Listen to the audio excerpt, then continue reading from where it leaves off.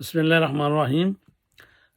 رزق کی فراوانی کے لیے ہر روز جو ہے وہ اذان صبح کے بعد اور طلوع آفتاب سے پہلے، یعنی نماز پڑھ کے طلوع آفتاب سے پہلے جو ہے رزق کی فراوانی کے لیے سورہ مبارکہ طٰہٰ قرآن مجید میں ہے، 20واں سورہ ہے، تو اس سورہ کو ہر روز پڑھا کریں اس نیت سے کہ اللہ تبارک تعالیٰ آپ کے روزی و رزق میں برکت دے اور فراوانی دے۔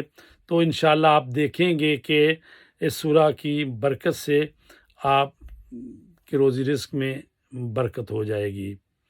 اور اسی طرح اگر کسی دو آدمی جو آپس میں جو ہے وہ ناراض ہیں، ان کے درمیان صلح کرانے کے لیے بھی یہ سورہ جو ہے وہ بہترین سورہ ہے۔